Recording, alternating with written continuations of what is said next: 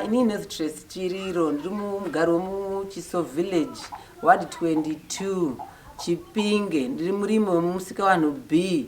Takapuwawo huku 11 ngesepu dzaiti machongwe 3 mhambo 8. Ndakakwanisa kudzichengeta dzikandiitira kuti dzikawanda zvekuma 200 huku ndikakwanisa kutengesa kubhadharira vana vechikoro ndikatenga mombe nembudzi nehwai. Mari yanga yakandiitire 600 pamwe chete yekurima nekuchengeta huku. Ndichokwanisawo kubhadharire vana chikoro nekurya mazai nenyama.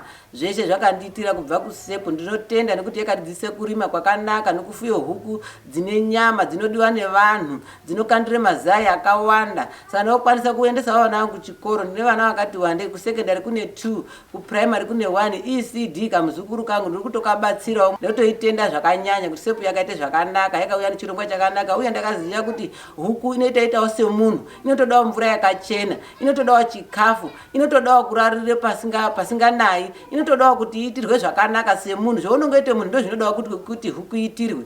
Chikafu taimborye chisina mafuta kare, asi pakauya sepu mafuta achandomuperi kuti huku dzedu tinoramba tinadzo, dzinoramba dziripo, uye mazai haaperi kukandwa, anotongoramba akakandwa zvekuti ndikatotengesawo dhazeni rangu ndakutoonawo chimwe chinondibatsira, ndakutoonawo kutengesawo kuti haticharyi zvakadaro.